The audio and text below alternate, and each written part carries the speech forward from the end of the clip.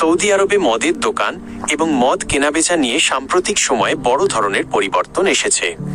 2024 সালে প্রথম দোকান খোলার পর 2025 সালের শেষ দিকে এসে এই নিয়মগুলোতে আরও কিছু পরিবর্তন আনা হয়েছে। নিচে নতুন নিয়মগুলো সংক্ষেপে তুলে ধরা হলো। কারা মদ কিনতে পারবেন? বর্তমানে সৌদি আরবে মদ কেনার সুযোগ সবার জন্য উন্মুক্ত নয়। শুধুমাত্র নির্দিষ্ট কিছু শর্ত সাপেক্ষে নিচের ব্যক্তিরা এই সুযোগ পাচ্ছেন। অমুসলিম বিদেশি কূটনীতিক। গত বছর থেকেই রিয়াদের বিশেষ দোকানে অমুসলিম কূটনীতিকদের জন্য এই সুযোগ চালু ছিল। প্রিমিয়াম রেসিডেন্সিধারী ইকামা।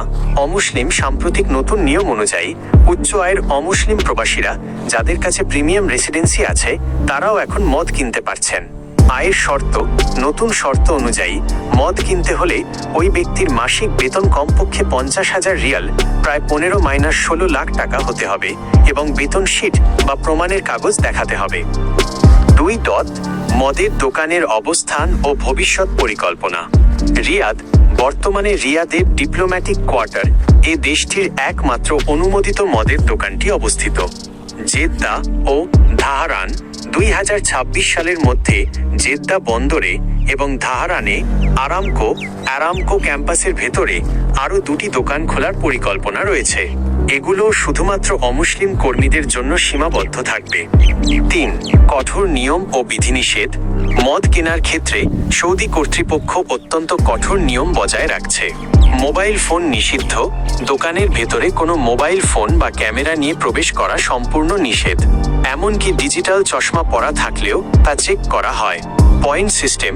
একজন ব্যক্তি মাসে কতটুকু মদ কিনতে পারবেন তা একটি অ্যাপের মাধ্যমে নিয়ন্ত্রিত হয় এবং নির্দিষ্ট পয়েন্ট বা কোটা নির্ধারণ করে দেওয়া থাকে। মুসলিম ও সৌদি নাগরিকদের জন্য নিষিদ্ধ। সৌদি আরবের সাধারণ নাগরিক এবং সকল মুসলিম প্রবাসীদের জন্য মদ কেনা বা পান করা এখনো সম্পূর্ণ নিষিদ্ধ এবং এটি দণ্ডনীয় অপরাধ। 4. কেন এই পরিবর্তন?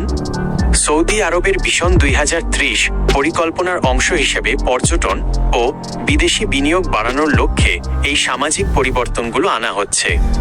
বিশেষ করে 2034 ফুটবল বিশ্বকাপ এবং 2030 এক্সপোকে সামনে রেখে দেশটি নিজেকে আরও আধুনিক হিসেবে উপস্থাপন করার চেষ্টা করছে। সতর্কবার্তা। সাধারণ প্রবাসীদের জন্য মদ্যপান এখনো কঠোরভাবে নিষিদ্ধ। অবৈধ উপায়ে মদ কেনা বা বিক্রির দায়ে জেল, জরিমানা, এমনকি দেশান্তরের ডিপোর্টেশন ঝুঁকি রয়েছে। আপনি কি সৌদি আরবের অন্য কোনো আইনি পরিবর্তন বা প্রবাসীদের জন্য নতুন কোনো খবর সম্পর্কে জানতে চান?